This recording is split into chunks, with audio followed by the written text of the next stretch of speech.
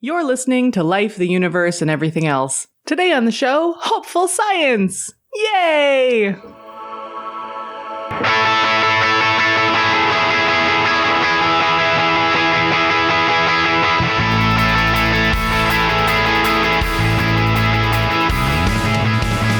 Life, the Universe, and Everything Else explores the intersection of science and society.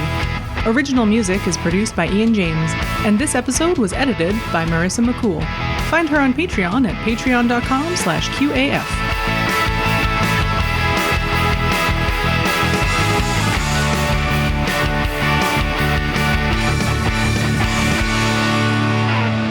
My name is Ashlyn Noble, and I will be your hopeful host today. With me are my sad co-hosts, Lauren Bailey. Hi. Jem Newman. Hello. And Laura Newman. You jerks.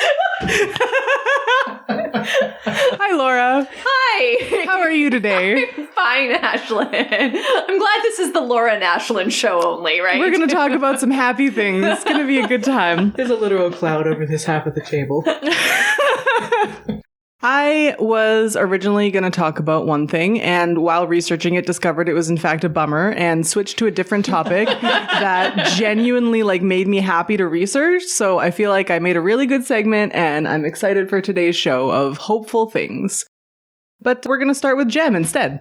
Jem has a correction from last time. Everything you know is wrong. Black is white, up is down, and short is long.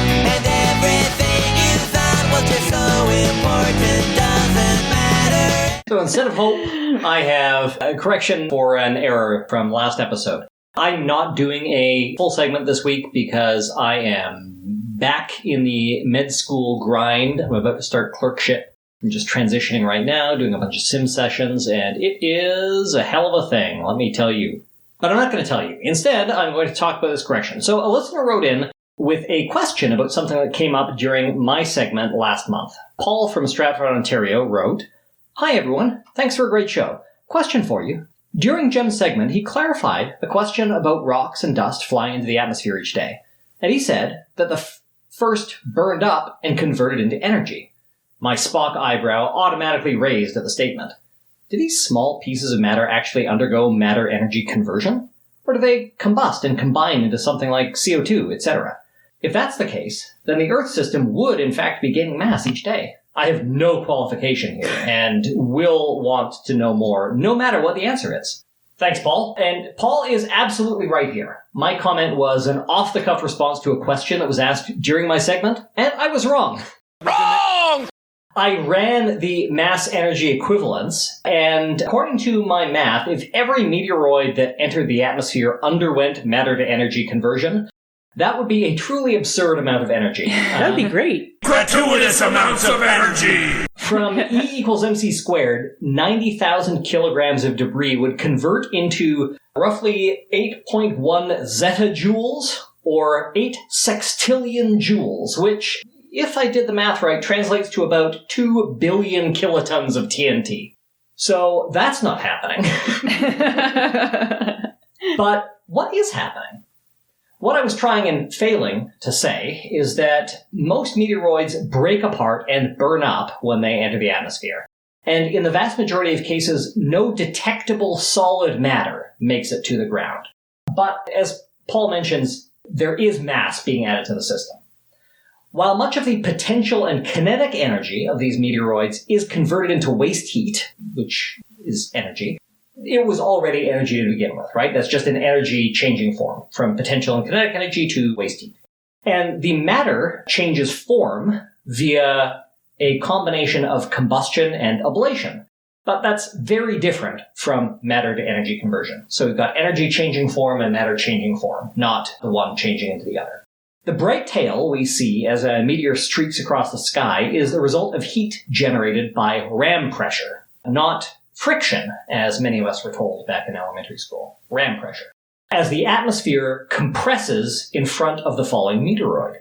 The object has to be at least about 10 centimeters, that's 4 inches, across, in order for it to heat up enough for a glow like this to happen. And of course, for a glow to be visible, it helps if it happens over a part of the Earth that is currently experiencing nighttime. Sure does. So the ram pressure results in atmospheric ablation, vaporizing some of the meteoroid material and reducing a good deal of it to meteoric dust. This dust can remain in the atmosphere for months, and some of this vaporized material may persist and stay in the atmosphere indefinitely, but much will eventually find its way down. Once a meteoroid slows down to terminal velocity, and for smaller meteoroids and micrometeoroids this may be essentially instantaneous, whatever fragments remain achieve what is called dark flight, where they fall directly to Earth, most often the ocean, actually, not Earth, without any visible meteor trail at all. So, no matter to energy conversion. And much of the material that enters the atmosphere does eventually make it to the ground, or the water, in the form of microscopic dust. But despite the total mass involved, again, that's 90,000 kilograms, according to NASA, it's still not nearly enough to cause any real growth in the size of the Earth. So thanks to Paul for catching that mistake. As I said last episode, never trust a generalist to get the specifics right. He's not a scientist, okay? Love not a scientist. He wasn't. That was an awesome correction. Mm-hmm. Yeah, thanks, Jem. And thank you to Paul. Mm-hmm.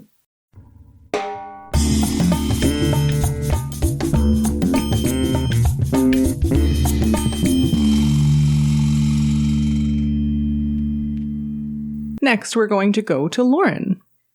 I grew up queer in the 80s and 90s. While I, sheltered in northwestern Ontario, had no one in my immediate circle who I knew had HIV. There were some people with it on the periphery of my life, and I was acutely aware of reports in the news and media. I was a strange child, and they detailed the callousness of the mainstream culture. Hi, Reagans. Through slightly more caring and nuanced takes that started cracking through the cultural consciousness in the mid-1990s. Before then, it was pretty damn bleak. Then there was Rent, and my first exposure to the drug AZT and other antiretrovirals. I mean, I wasn't exposed to AZT, but exposed to the knowledge of AZT. Mm-hmm. And these antiretrovirals turned an HIV diagnosis from an immediate death sentence to something that could be managed and, hopefully, someday overcome. So now I'm in my 40s. I am acutely aware of the devastation wrought by HIV and AIDS and the loss of near entire generations of queer elders and entire countries in Africa. I have friends and mutuals who are living with HIV, and now there's so much hope. We have PrEP, and also more than one vaccine in clinical tests. I have lived to see the day where HIV and AIDS no longer shorten someone's lifespan or restrict their life. And hopefully, it's only going to get better from here. Human immunodeficiency virus, HIV, is a retrovirus. That means it inserts a DNA copy of its RNA genome into the DNA of a host cell and changes the genome of that cell. It uses a spike protein just like COVID. Once it's nice and comfy in the cytoplasm of the cell, the retrovirus uses an enzyme that makes its DNA from its RNA genome. Jem will correct me if I'm screwing up the science, please. No, it's the science of how it does that is very cool. Yeah. Mm-hmm. But Terrifying. Don't like the outcome, Mhm. TBH. So, these retroviruses, it's apparently opposite to how most viruses reproduce. So that's why it's called retro, because Retro means backwards, yeah. the host cell then uses the virus DNA as part of its own genome and replicates it when it reproduces, making more copies of the virus, including a whole bunch of mutations. In a 2017 paper, Recent Advances in Understanding Evolution, authors from the University of Oxford identified these frequent mutations as, quote, a major contributing factor in the failure of the immune system to eradicate the virus. Since each mutation makes it more difficult for treatments to recognize the virus evolves at what the authors describe as the highest recorded biological mutation rate currently known to science. Whew. It's Wow. real hard. The combination of the process and its mutations due to errors in the process result in one reason that HIV is exceedingly difficult to treat, let alone cure, with a single drug. You'll hear things like the HIV cocktail. Mm-hmm. Or your AIDS cocktail, you've got to take like 30 drugs at one time. HIV also targets the T cells, which are one of the supports of a healthy immune system. Without these T cells, specifically the CD4 plus cells, your body is much more open to opportunistic infections or cancers and can't fight them off. That's what I've always heard. It's not the AIDS that kills you, it's what it opens your body up to. Yeah, and your CD4 count is the proxy that is used for the severity of disease. The higher the count, the worse. No, or the lower the count. Yeah, the lower your T cells. CD4 is good. That's your. Okay, sorry. So the higher your CD4 count, the better you are doing. Yeah. The lower your Okay. CD4 count. I was thinking of another thing where you want. Yeah. Yeah. I know some of these words. If we're going to equate it back to rent terms with the guy saying, my T cells are low. Mm-hmm. But how do you feel today? I'm sorry, I'm going to stop. You knew there was no way to do this segment without many rent quotes. And that's fine. I love rent. It's How all many good. minutes in a year? No, 525,600 minutes. We almost made it through the segment. Nope. Won't do You it. walk down the aisle to that, Jem. You're not getting out of this. I have a feeling that maybe Marissa wouldn't have let us get out of the segment. You are correct, sir. In the last couple of years, since the advent of the mRNA COVID vaccines, actually, and the mRNA vaccine trials that were before them, this is not a single effort that has then branched off. This is many, many different efforts coming together. Scientists at the National Institute of Allergy and Infectious Diseases have started a phase 1 clinical trial testing 3 separate mRNA HIV vaccines. Whew. Though there's some more acronyms for us. mRNA stands for messenger RNA. While traditional vaccines work by implanting an inert or less virulent version of a virus so you can build up antibodies, think of the cowpox for smallpox being the first vaccine, and that's why they're named after cows. Mm-hmm. mRNA vaccines work by delivering a piece of genetic material that instructs the body to make a protein fragment of the target pathogen, which the immune system recognizes and remembers, so it can mount a substantial response if later exposed to that pathogen. So that study, which is called HVTN-302, not that you need that information, will examine whether 3 experimental HIV mRNA vaccines are safe and can induce an immune response. Each vaccine candidate is designed to present the spike protein found on the surface of HIV that facilitates entry into the human cells. So we're going to punch right on through. Each of the experimental vaccines encodes for different but highly related, stabilized proteins. None of the 3 vaccine candidates can cause HIV infection, because that would be way unethical. Yeah. Yeah, they just tell your body how to build a little piece of this protein that it can then recognize and say, hey, that's not supposed to be here. Emergency, emergency. So this is really freaking exciting and hopeful. I'm going to quote now from the National Institute of Health press release for the ongoing methodology, because they said it better than I could ever paraphrase. Quote, led by Principal Investigators Jesse Clark, MD, of the University of California, Los Angeles, and Sharon Ridler, MD, of the University of Pittsburgh, the HVTN-302 study will enroll up to 108 adults aged 18 to 55 years at 11 sites. It then lists the sites. I will not. Each participant will be randomly assigned to one of 6 groups, each receiving 3 vaccinations of one of the experimental vaccines. The first 3 groups, 18 participants each, called Group A, will receive intramuscular injections of 100 micrograms of their assigned vaccine candidate at the initial visit, at month 2, and again at month 6. Participants in Group A will be evaluated 2 weeks after initial vaccination to ensure safety criteria have been met. If so, the remaining 3 groups of 18 participants each, Group B, will be vaccinated with 250 micrograms of the assigned investigational vaccine, followed by injections 2 and 6 months after the initial vaccination. Safety and immune responses will be examined via blood and lymph node, fine needle aspiration samples taken at specified time points throughout the trial. Clinical staff will closely monitor participant safety throughout the study. The clinical trial is expected to be completed by July 2023. So I'm sure we will hear something next summer about how these trials went and if any of the potential vaccines are proceeding to phase 2 trials. This is the best hope we have so far. And wow, I am so ready for this to be our new reality.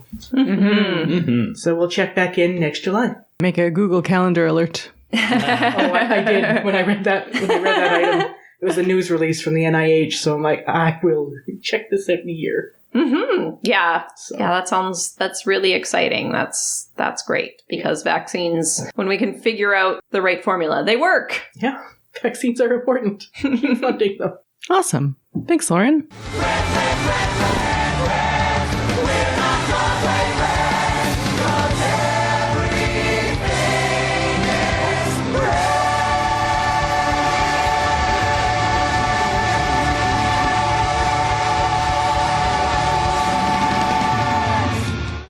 Up next, Laura wants to tell us about something very hopeful that might be coming to a workplace near you. Please. Yes. Thanks, Ashlyn. I want to talk about the emergence or the gaining popularity of the 4-day work week. Well, I'm not going to talk as detailed, sciencey as Lauren did. I think this is an important thing for us to talk about, and as you heard at the beginning, some of us around this table are very excited for this prospect. And what I like about this topic is that it's no longer just one of those things that, oh, it sounds great, but people are doing trials with it around the world in different countries and even in different industries. And that's why I wanted to talk about it today. The idea of a 4-day work week is not a new one. It's been around for some time, and some companies have actually transitioned many years ago, decades ago in some cases. But it hasn't been part of the working lexicon or ideas about what work could be or should be until recently. As we know, the pandemic has changed so many things about our lives and work culture and what workers expect and what we want out of our lives. It has become a lot more prominent. And given the current economic state in most places, it's now clear that listening to some of these desires is really, really important. And over the last 2 years, there have been several trials that have been started of transitioning to a 4-day work week. And I would love to say that these weren't just ways for companies to try to save money during the pandemic. I wish I could say that. Right, perfect world.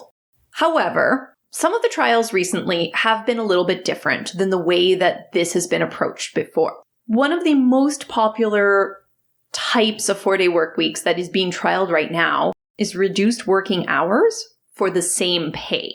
So most places are trying something along the lines of working 32 hours a week, but still getting paid whatever they were paying the people at 40 hours a week. This is a lot different than what I even remember from before I was a worker or more of a professional type position. Where, yeah, 4-day work weeks are great. You just work 10 hours every day instead of your 8.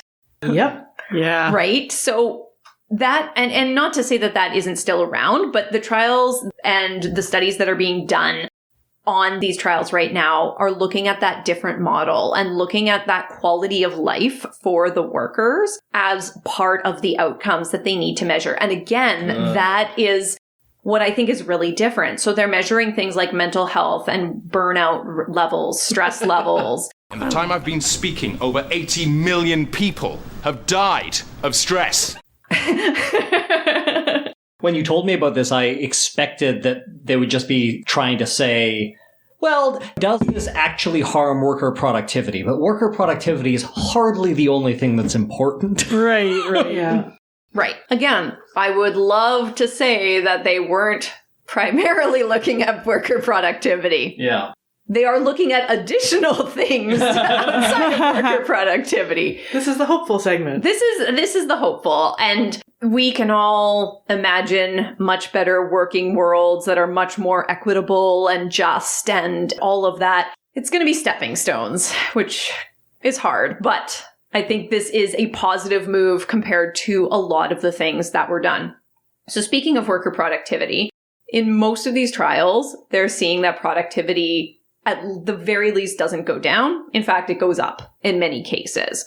So some companies are looking at that via profits. Others are looking at like the number of projects completed, whatever it happens to be. But they're not noticing a decrease in productivity, which is a good thing because we start to recognize then that it's not the fact that you sat at that desk or whatever it was for 8 hours that made you able to do that thing. It's that you were able to do that thing, and that then your time is worth paying you that amount of money because you can accomplish that thing. I think that there's ways that that could be twisted, but I think it's important to see this kind of thing, that we can start divorcing a lot of the jobs that we have from the time spent. And what I would really love to see is just get away from this entire hourly pay thing as well, because that's part of this problem that keeps the 40-hour work week going, because, well, you haven't been here for the hour, so you haven't earned it. Well, no, did I do all of the things? Yeah. Because if, for example, if you are working a minimum wage job in retail, you can ring through 0 sales in an hour, or you can ring through 30 sales in an hour, and you still get the same pay if you're not getting any commission. So yes, there's incentives to try to bring in more. But what I'm saying is, like, that time, you were actually more productive in the busier hour. So can we just pay people to be there to do the work or whatever it is? I think that makes sense. Does that make sense? Yeah, I think so. Okay. I'm just worried it's going to be used against, say, using retail workers as an example. How so? Like you earned your pay when you put through 30 sales this hour, but you didn't earn anything, so we're not going to pay you for that other hour. Yeah, that's commission work, which is a problem. So the idea of essentially renting a person, with paying somebody for their time, and you get to tell them what is happening during that time with constraints of a contract and like that, hopefully. That's a relatively new invention in the working world in the last couple hundred years. And it would have been alien to anybody living in, like, the Renaissance, for example. But one of the things that it provides over piecework, for example, paying somebody for a unit of labor rather than for a time, is that it's easier to attempt to set fair minimums for pay across an industry when you are not part of the industry and you don't understand it. So, like, understanding what a fair minimum wage for, like, a circuit board is really hard if you have no idea how you make a circuit board. Yeah. Or if the way you make a circuit board is constantly changing. Whereas if you're setting an hourly wage, it's a lot easier to set a fair minimum wage. Not that anyone making circuit boards is paid a minimum fair wage. That is fair. Yeah, totally. Oh. Yeah. I am hopeful that it will be that we can move away from paying just for the time and more so for paying the wage. You are here to do this thing. We have an agreement that you will be here for more or less this time. But it's not, if you clock out early, you now are docked your pay or whatever it is, because that's part of the problem that keeps these long work hours going, because it doesn't matter how well you do. It doesn't matter what you do. You just have to be there. And that's the culture that we have in a lot of cases. Not every industry, but so I'm hopeful that these types of moves will get away from that pay for time kind of thing. We have to worry about, well, you know what? This is a hopeful segment. We don't need to keep... It is a hopeful I'm not segment. gonna say what Yes, I'm gonna say. we can try to punch holes. At the same time, I think there's something to this. I really appreciate the fact that they are looking at rates of mental health, mental well-being, work-life balance is a common thing that they're looking at. Of course, these are used as recruiting tools. At the same time, we hear all the time that there are lots of jobs that are not being filled because people don't want to work bad jobs anymore. And so employers need to adjust. And this is an important part of life. We've worked for a very long time as a society, assuming that people will just keep going. And we've realized this doesn't work anymore. It doesn't make sense. Productivity, quote unquote, keeps going up and up, but lives don't get better. Right. Capitalism was a mistake. Damn the man! Save the empire! A lot of these trials as well have been doing surveys or researching what people do with their downtime, with their additional downtime. And so they're finding that people are doing more volunteering, for example. They're finding that people are spending more time cooking for themselves or doing leisure activities, be it physical activities or other types of enrichment activities. They're spending more time with their own families and things like that. So they're doing a lot of things that are helping them be better employees. Not that that's the goal, but like help them rejuvenate, help them feel well, help them support their well-being and their health and their health needs and things like that, which then allows them to do better.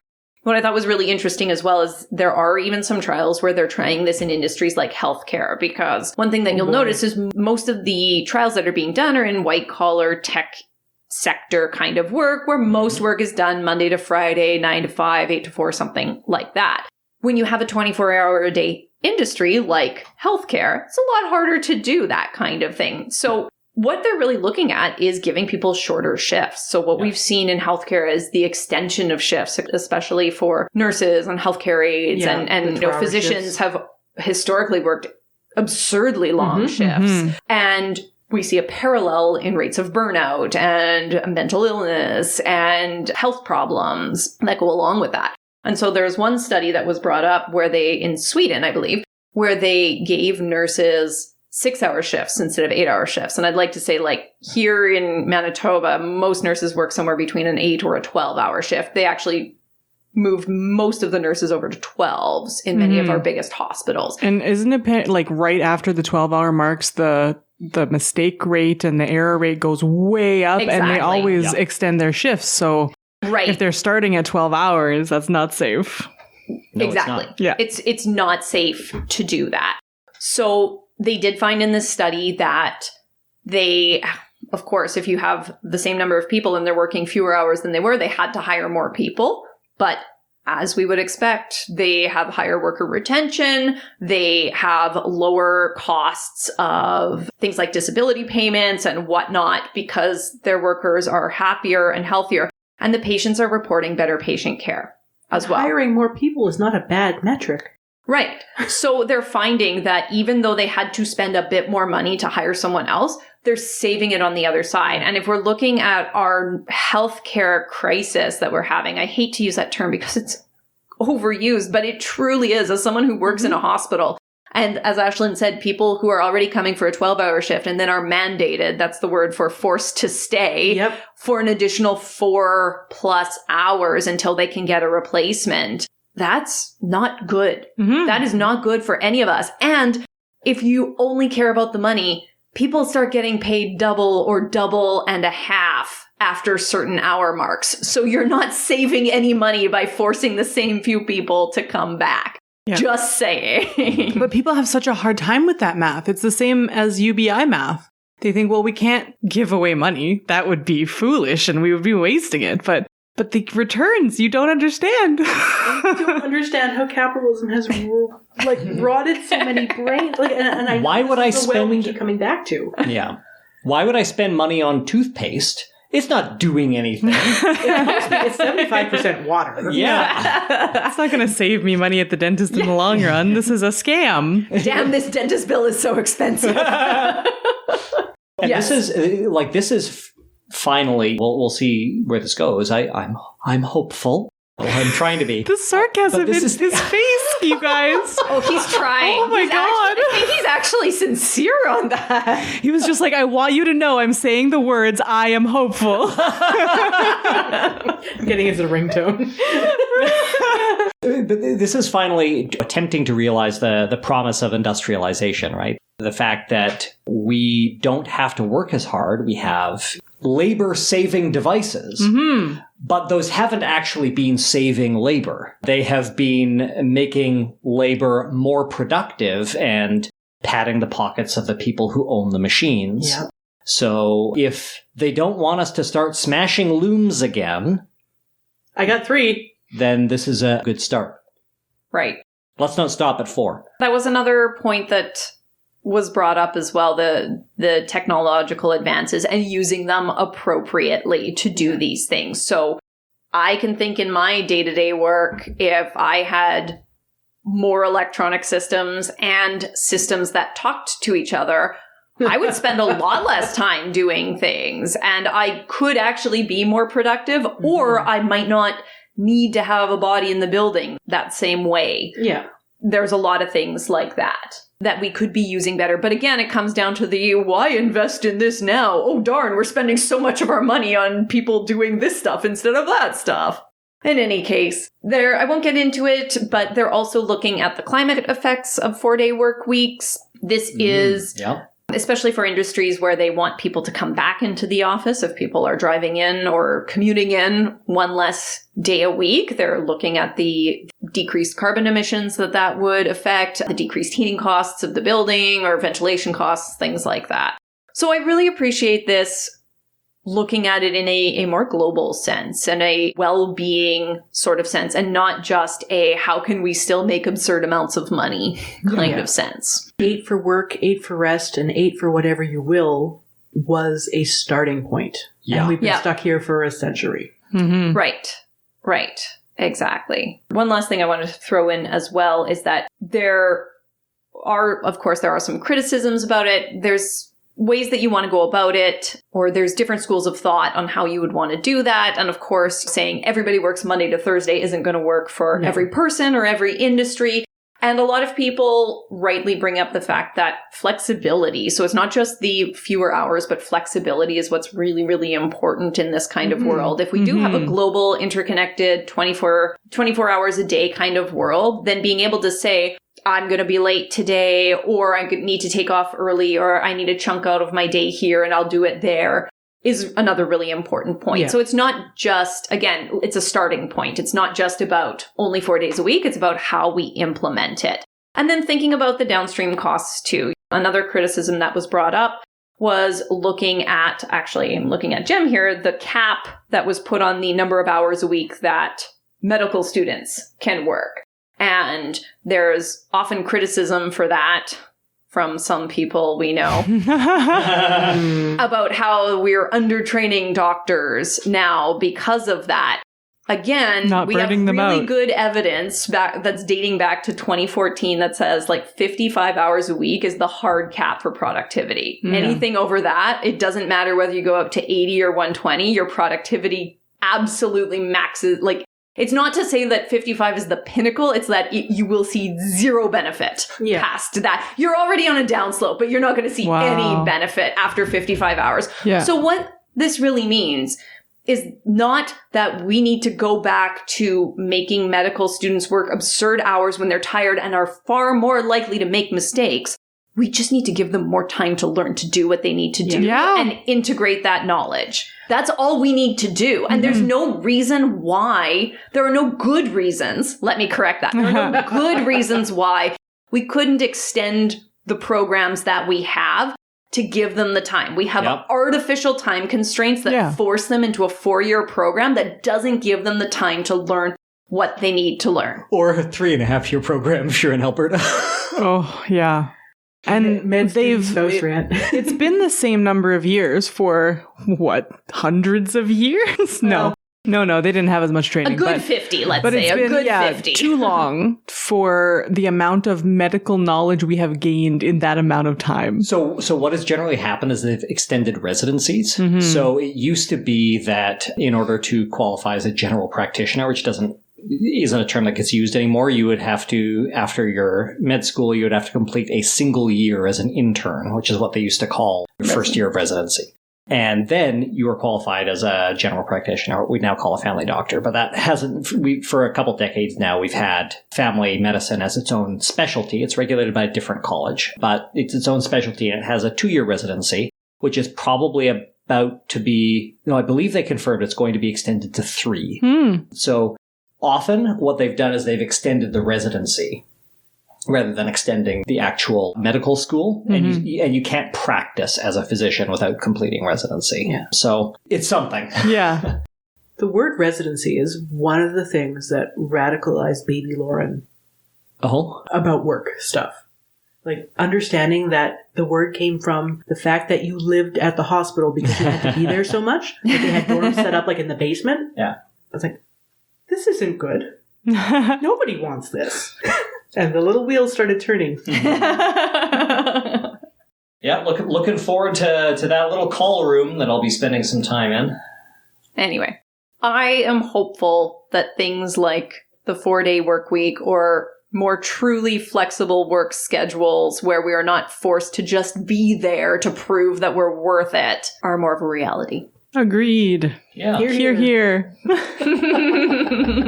No more butts in seats. Down with capitalism. Damn the man! Save the empire!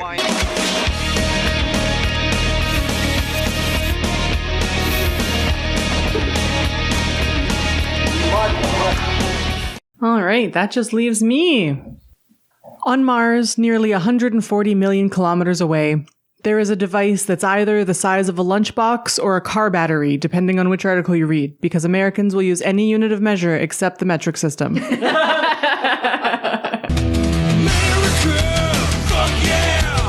It is, in fact, about 24 by 24 by 30 centimeters, and it has been successfully producing oxygen at roughly the rate of a small tree.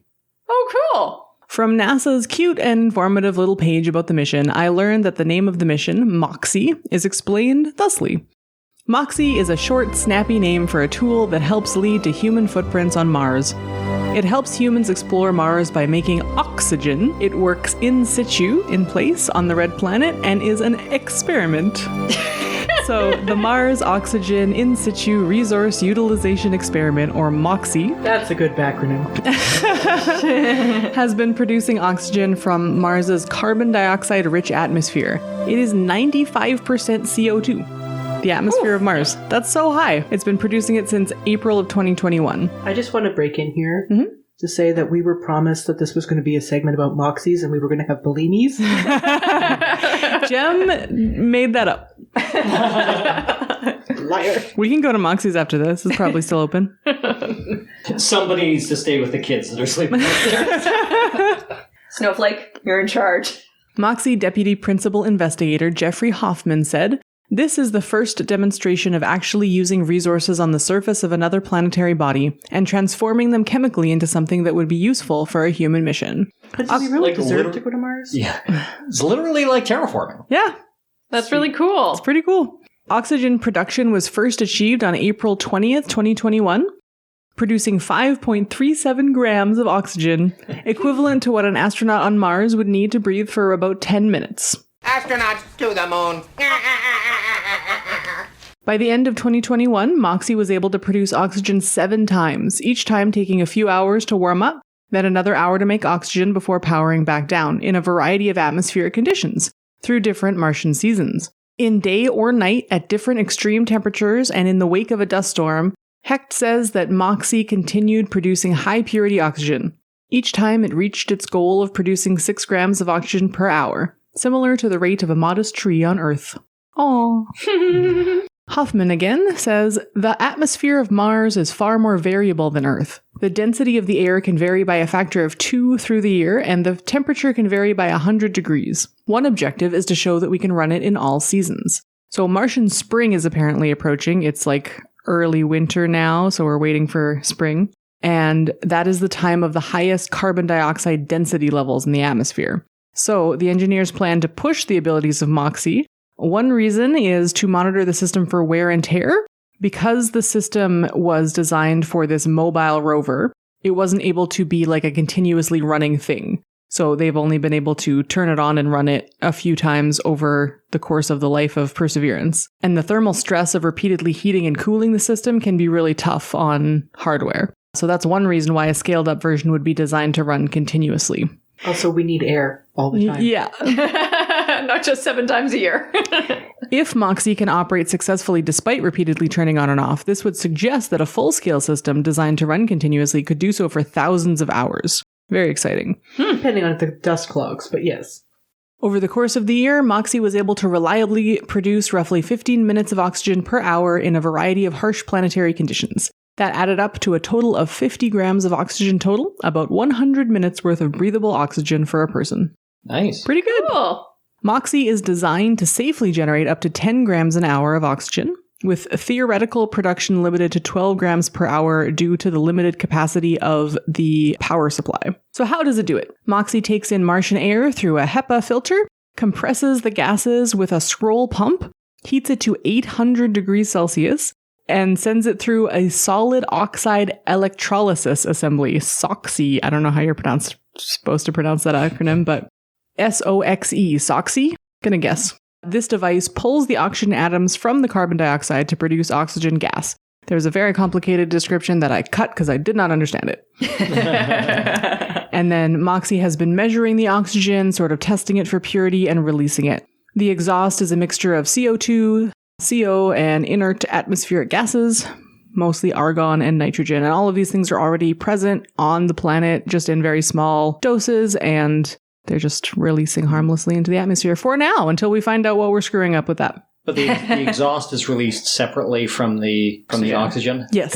Because if you were getting carbon monoxide mixed in with that would be bad. Yeah, defeats the purpose. Separately, yeah. Despite the necessary compromises in Moxie's current design, the instrument has shown it can reliably and efficiently convert Mars's atmosphere into pure oxygen. The NASA team is now looking to create a bigger version. The current version of the instrument is small by design in order to fit into the Perseverance, like I said, but it is going to be about the size of a chest freezer, they think, when it's done, so about 100 times larger. Moxie does not require mobility, but Perseverance was the earliest mission opportunity. So they kind of made a bunch of compromises so that they could get it up there faster. Full-scale oxygen factory would include larger units that would ideally, again, run continuously. The principal researcher, Hecht, again said, "I would like to say that rockets breathe a lot more than we do. Just for the liftoff to orbit, the rocket will use more than 10 times the amount of fuel than the crew of 4 to 6 will use in their year-and-a-half stay on the surface. And hence it will need 10 times as much oxygen." So the amount of oxygen that they need to get off the planet once they're there is so much more than I thought. So much more. And more than we can generate with potatoes. Yeah. I figured all of this oxygen was going to go to make like a habitat breathable. No, it's just going to get burned. Right. So Moxie 2.0, the chest freezer size one, could create enough oxygen to either sustain 100 crew members on Mars or lift a 4-person crew off planet in a rocket. The size of a chest freezer. That's wild. That's so cool. That is really cool. And the amount of weight that they're going to save by not having to bring all that oxygen. Yeah. Yeah. And comparing it to a tree is really neat because then we can think about how soon it'll be that we can cut down all of these stupid trees that we have in the cities and just replace them with these chest freezers.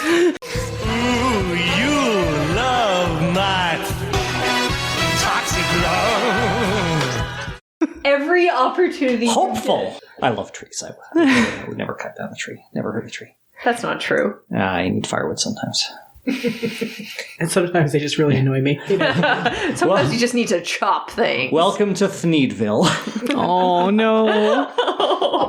Oh, God. But we are talking about scaling it up. Challenges in scaling up Moxie include temperature regulation to make sure that it heats evenly and it won't break down from the stress. So again, temperature getting up to 800 degrees is tough on a lot of equipment. Be careful with that valuable equipment. And that an oxygen device that can support a human mission would need to operate continuously for about 400 days. And a quote from an engineer, that's a lot of hours to put on the hardware, irrespective of what the technology is. Yep. NASA has stated that if Moxie worked efficiently, they could land an approximately 200 times larger Moxie-based instrument on the planet along with a small power plant. And that system could produce oxygen at a rate of about 2 kilograms an hour in support of an eventual human mission sometimes in the 2030s. So it would just be hanging out there on its own, making oxygen, storing it in tanks for when humans get there. That's pretty cool. And then eventually we'll have enough that when Arnold Schwarzenegger loses his helmet at the climax of the film, he almost but does not quite die. Oh, but dear. you get to see that cool like rubber mask and him making all of those Arnold Schwarzenegger noises. Well,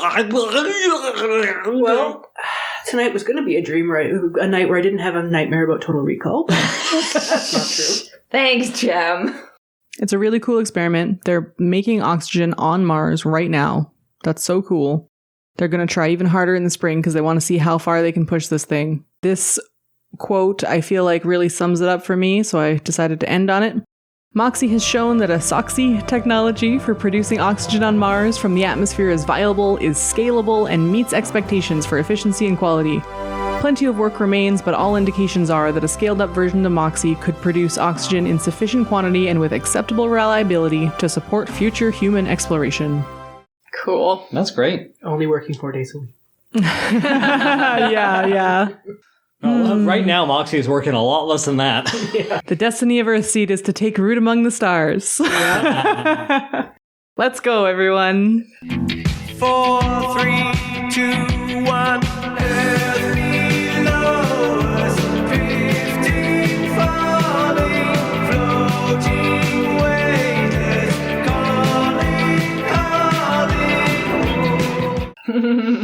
Let's get different people in charge first. So let's get, That was cool. That was really cool, Ashlyn. Yeah. And that's our show. We have something nice. Oh, yes, I know. Those are our segments for today. Those are our hopeful things. So we've all talked about something nice, except for maybe Jem. So Jem has to go first for something nice.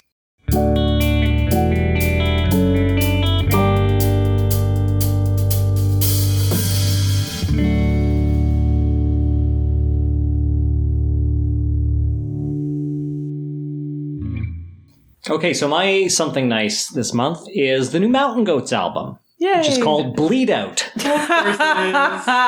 They've been doing concept albums or like high concept albums for quite a while, and I've liked a lot of them.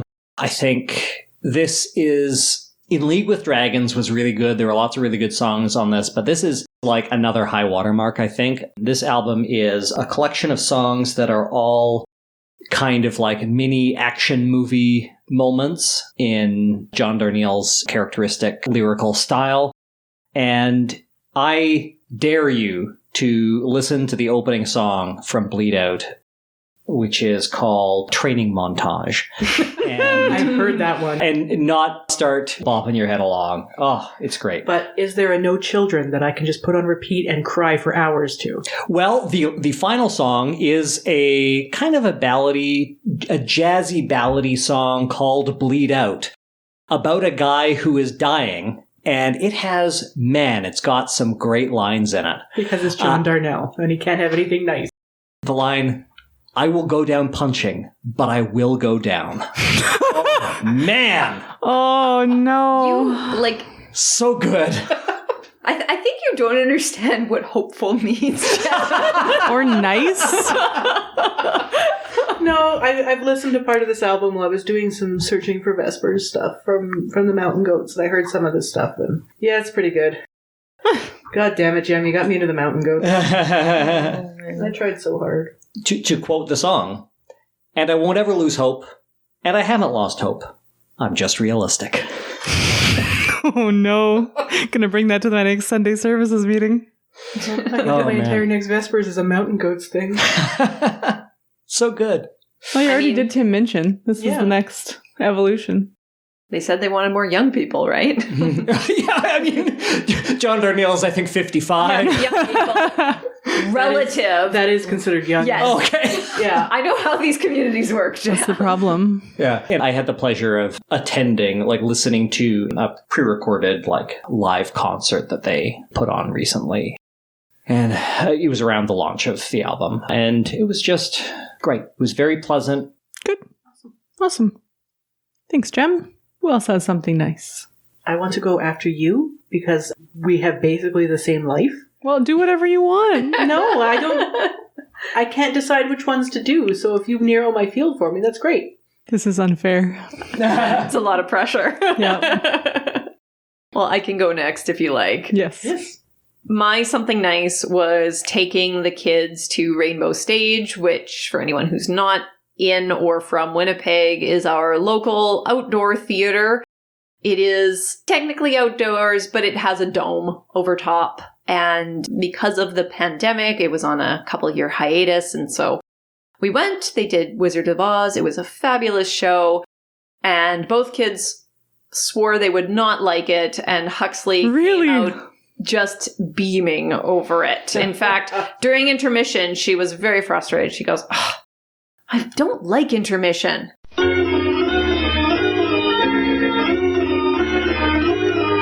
Why is that, Hux? Because it takes too long to get back to the show. I want more show. Baby, they gotta smoke. They gotta smoke all those cigarettes and gargle all that water for the second half.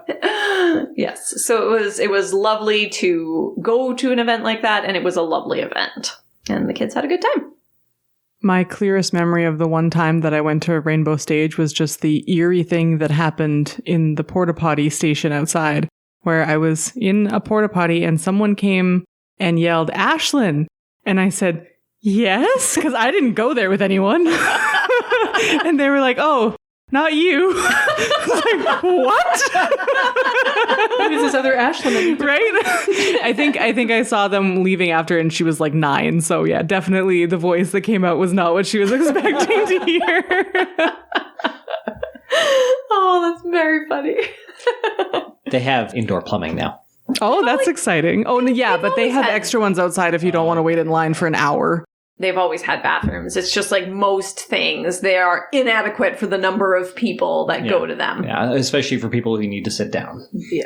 The worst was going to that Cirque du Soleil in that tent. Oh, yeah. Oh, we took our niece Sydney the night of the storm. Oh. Oh, right. And trying to use those porta potties, which are not made for adult-sized legs. They narrowed them in the middle of a giant wind and snowstorm, and somebody's trying to pull on the door. And Oh, gosh. Yeah. it was not a pleasant experience. Lauren, you're up. I love you. We had a lovely weekend of camping, and I'm sure Ashlyn will speak to it more. We had basically an entire campground there was 5 of us. For most of the weekend, yeah. Yeah, and it was very quiet and very chill. And that's it, yeah. It was good. And you saw some amazing Oh, yeah. Northern Lights, too. Yes, Hey? I have so many pictures of the Northern Lights. We're very jealous. So jealous. It looked Two nights in a row of just beautiful Northern Lights shows before bed. Like they were done by 10:15. Wow. And Ashlyn and I upgraded to iPhone 13s. about Almost 6 a months year ago. Yeah. It was quite a while Long time ago. So this was my first time playing with like the automatic super exposures and everything. So that's why my photos look so good. I'm so glad that you had the technology to help you out. Because Erin did not, and she was... My photos don't look like that. She has a 7 or an 8 or something. Yeah. It's fun when they automatically take the long exposure so you can get those lights in without fading out. Yeah. Nice. Awesome. That sounds so lovely. Yeah. It was such a good weekend. Perfect weather. Spending concentrated time with people I love. That's great. We can have the same something nice. Or I could come out to your mother via podcast episode. Go right ahead. I've also been having a really nice time with someone I've been seeing lately. I have a new boyfriend, and he's lovely, and I got to spend the weekend with him as well, and both of my spouses are being amazing about it, and he's really sweet. Cool. And Lauren's mother listens to all of our episodes. Hi, Mom.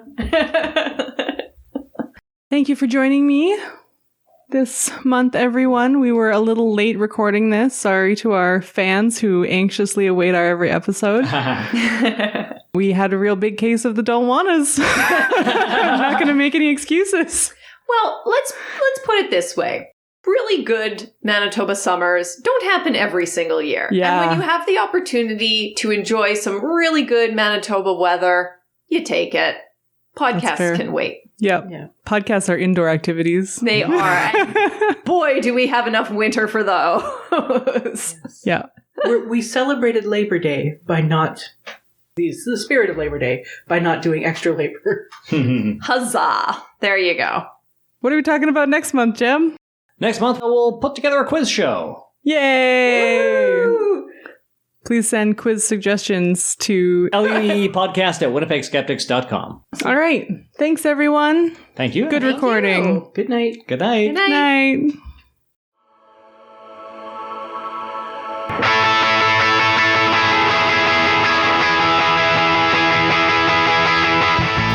Show notes and references for all of our episodes are available at lueepodcast.com, where you can also find links to donate or get in touch.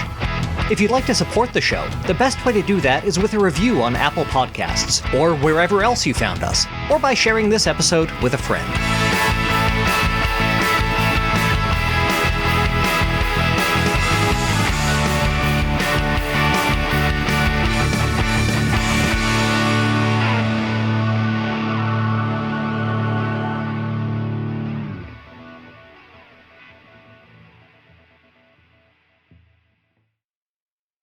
Life. Don't talk to me about life.